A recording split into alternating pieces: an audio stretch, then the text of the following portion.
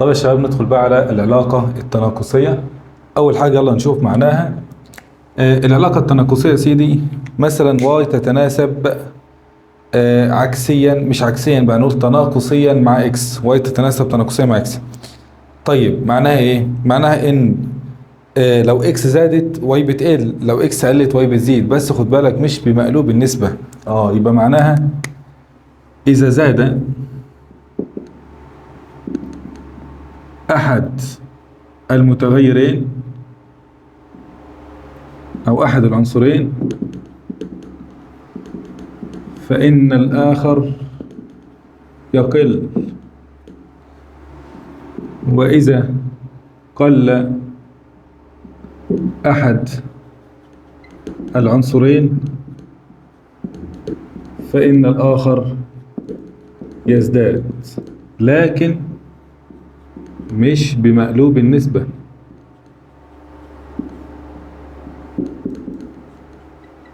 إزاي؟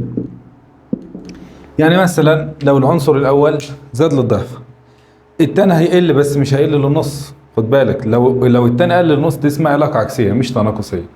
طيب لو الأولاني مثلا زاد لثلاث أمثاله، التاني هيقل بس مش هيقل للتلت. لو قل للتلت اسمها علاقة عكسية. خلاص يا شباب، يبقى ده الفرق بين العلاقة العكسية والتناقصية. العلاقة العكسية لو الأول زاد للضعف التاني بيقل، العنصر التاني بيقل للنص. الأول زاد لثلاث أمثال العنصر التاني بيقل للتلت. يعني العلاقة بين الأول والتاني مقلوب النسبة. لكن العلاقة التناقصية لا، لو العنصر الأول زاد للضعف مثلا في العلاقة التناقصية التاني بيقل بس مش بيقل للنص. هو بيقل بس مش للنص، مش بالضرورة للنص. طيب شكلها الجبري يا شباب، لو قلنا مثلا واي بتساوي، خد بالك مش احنا كنا بنقول اي اكس زائد بي؟ طب دي علاقة تناقصية، يعني الميل هنا سالب، هتحط سالب هنا كده. خلاص. مثال مثلا لو قلنا واي بتساوي سالب 2 اكس زائد 10. طبعا انا ممكن اكتبها كده واي بتساوي، ممكن ابدل بين ال10 وسالب 2 اكس، يعني ممكن اقول 10 سالب 2 اكس. فانت خد بالك دي او دي عادي. يلا بسم الله. مين الواي؟ ده الصادات. مين الاكس؟ دي السينات. مين السالب 2؟ مضروب السينات على طول هو الميل. لازم تكون حافظ الحته دي بقى، اللي مضروب في السينات هو الميل. طبعا الميل هنا سالب، لان العلاقه تناقصيه. الخط بتاعي يبقى نازل كده بقى مش طالع. طيب مين العشرة؟ الحد المطلق ده الجزء المقطوع من الصادات. الجزء المقطوع من يا شباب من محور الصادات. تمام كده حضرات؟ طيب ده الشكل الجبري بتاع العلاقة التناقصية. طيب شكلها البياني بقى. شكلها البياني لو احنا حطينا مثلا هنا واي وهنا اكس، تمام؟ الخط نازل كده، الميل سالب بقى، وده الجزء المقطوع هنسميه بي مثلا. يبقى هنا كده انا بقى عايز اشوف الميل، هنقول الميل بيساوي فرق الصادات دلتا واي على فرق السينات دلتا اكس. طب واي على اكس او دلتا واي على دلتا اكس ده بيساوي ايه؟ باعتبار مثلا ان العلاقه اي واي بتساوي زي ما انا كاتب لك فوق هنا كده سالب اي اكس زائد البي. يبقى هنا كده الميل يا حضرات مضروب اكس اللي هو سالب ايه، الميل هنا بيساوي سالب الايه. تمام، ده الاسلوب. طيب تعالى كده نشوف مثال. عندي علاقه مثلا بتقول ان في بتساوي في باتري ناقص اي ار. يلا بالراحه كده بسم الله. هحط في دي على الصادات، والاي ده اهو محور السينات. سالب ار بقى دي ده الميل بقى، خد بالك مش ار بس، لا سالب ار ده الميل سلوب. تمام. في باتري الحد المطلق ده الجزء المقطوع من الصادات، ده الجزء المقطوع من مين؟ من محور الصادات. يبقى يلا نحط في على الصادات، الاي على السينات. طبعا ده قانون عندك في الفصل الاول في الفيزياء ثالثه ثانوي. الخط نازل كده لان الميل سالب، يبقى الخط نازل، والجزء اللي انت قطعت منه ده الفي باتري في بي. تمام كده حضرات؟ يبقى الموضوع بسيط خالص. انا عايز اشوف الميل اللي مضروب في السينات. مين السينات؟ مضروب فيها مين؟ سالب ار، يبقى الميل سالب. يبقى هتقول لي هنا كده اسلوب بيساوي، هتقول لي الاول فرق الصادات دلتا في على فرق السينات دلتا اي اللي هي بتساوي مين؟ سالب ار سمول. خلاص. طب يلا تعال نشوف مثال كده معانا، مثال بالارقام. علاقة اهي بتقول لك واي بتساوي 10 سالب 2 اكس، واي دي الصادات، اكس السينات، سالب 2 ده الميل، وال10 دي الجزء المعطى. خد بالك ال10 الجزء المعطى، يبقى انت هتقطع من عند ال10 من عند موجب 10. تمام. والميل قبل ما احسبه لازم يطلع سالب 2 اهو، اللي مضروب في الاكس، مش اكس دي السينات مضروبه في كام؟ في سالب 2، يبقى الميل لازم يطلع سالب 2. تمام. طيب احنا عشان برضه نشوف شكل العلاقه اللي هو الخط النازل ده، تعال نعوض بقيم الاكس، مره صفر مره بواحد مره، ونعوض في المعادله في القانون اللي قدامك ده نشوف قيمه الواي بكام. يلا حضرات، لو الاكس بصفر عوض كده، يلا اكس بصفر.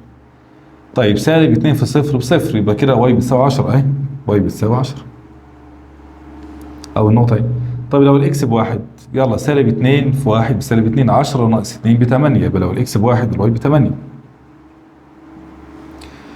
لو الاكس باتنين، يلا لو الاكس باتنين عوض كده، سالب 2 في 2 سالب 4، 10 ناقص 4، 10 ناقص 4 6، لو الاكس باتنين الواي ب 6.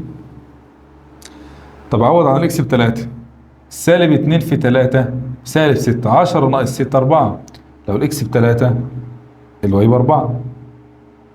طب لو الاكس ب 4، سالب 2 في 4 ب 8، 10 ناقص 8 2، يبقى الواي ب 2. اكس ب 4 الواي ب 2. لو الاكس بخمسة، سالب 2 في 5 بسالب 10، بقت 10 ناقص 10 بصفر، يبقى الواي بصفر. هتوصلهم بقى بمسطرة، خط مستقيم، هتلاقيه نازل كده حضرات. عرفت بقى انا بقول لك ليه خط مستقيم نازل؟ طيب لو انت عاوز تحسب الميل، هتقوم قايل كده اهو، سلوب بيساوي فرق صادات دلتا واي على فرق السينات دلتا اكس. طيب بيساوي، يلا هختار نقطتين على الخط، هشوف صاداتهم بكام وسيناتهم بكام. وليكن مثلا النقطة دي مع النقطة دي صاداتهم 8 و6، طب سيناتهم 8 قصاد الواحد والستة قصاد الاثنين. خد بالك انت كنت وانت نازل بقى، انت كنت 8 بعدين بقيت 6، يبقى 6 ناقص 8 مش 8 ناقص 6، خد بالك. كنت انت، انا بطرح الثاني ناقص الاول، ما هو دلتا واي عباره عن واي 2 ناقص واي 1، اكس دلتا اكس عباره عن اكس 2 ناقص اكس 1. واي 2 ب 6 مش ب 8، انت نازل كده، يبقى القمه الثانيه الواي هي ال 6 مش ال 8، القمه اللي تحت. طيب فرق السينات بقى، انت كنت واحد مش انت ماشي كده؟ اه كنت واحد بعدين بقيت 2، يبقى التاني 2 ناقص الاولاني 1.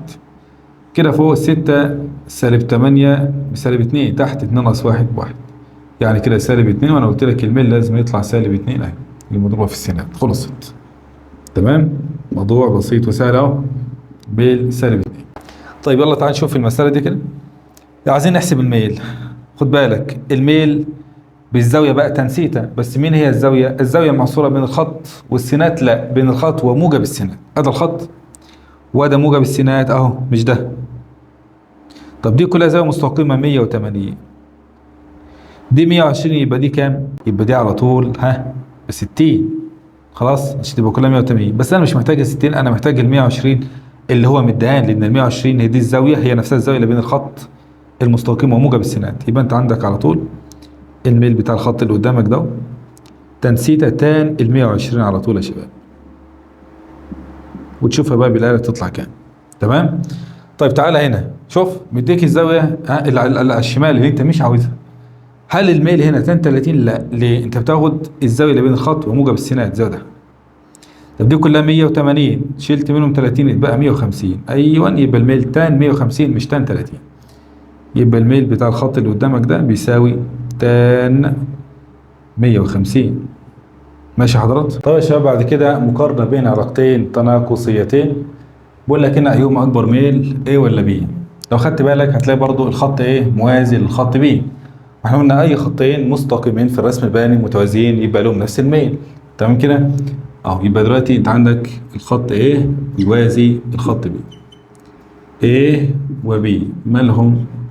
خطان متوازيان، يبقى على طول بما ان اهوت اذا لهما نفس الميل.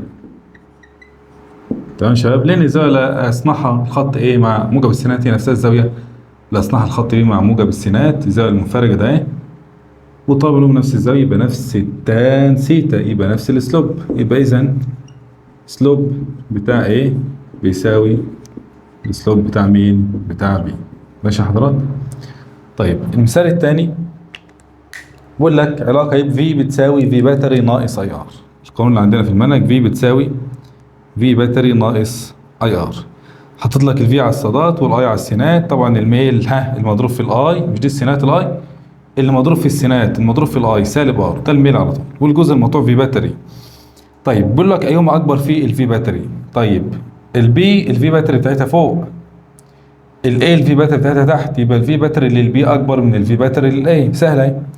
يبقى هنا يا شباب جايب السؤال الاول في باتري للخط بي اكبر من في باتري للخط ايه.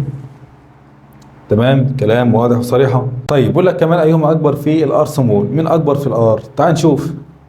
بسم الله. الزاويه هنطلع. انت عايز تجيب الميل، ما الار ديت هي الميل، او الار بيساوي سالب الميل يعني.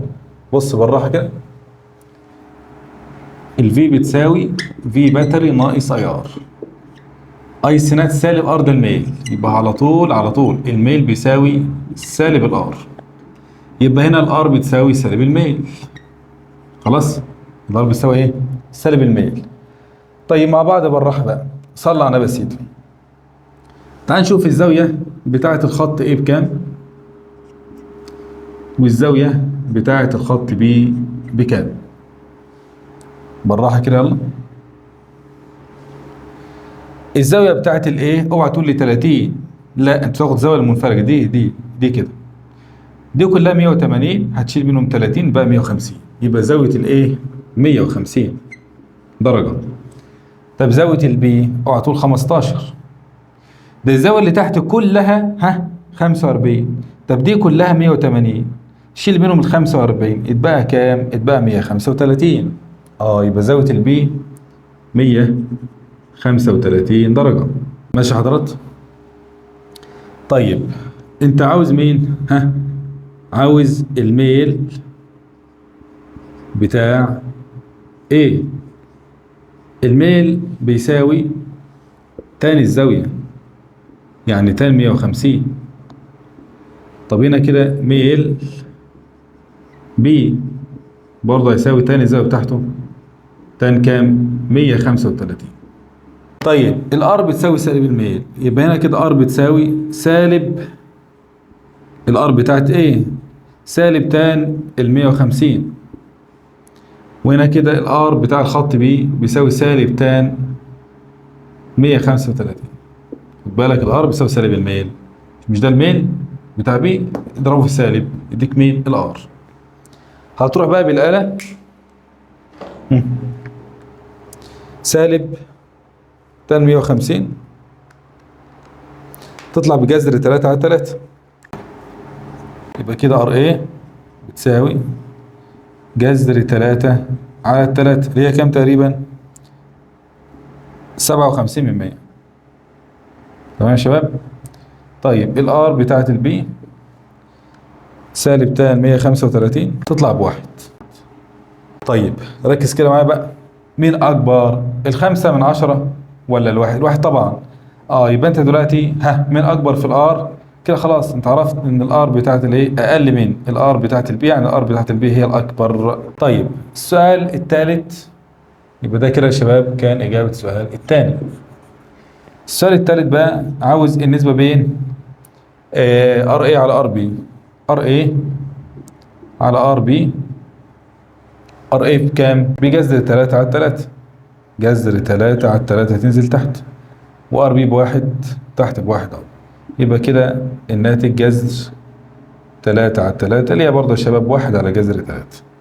ماشي حضرات؟ ما هي جذر 3 على 3 هي نفسها 1 على مين؟ 1 على جذر 3، يبقى دي النسبة اللي هو عايزها.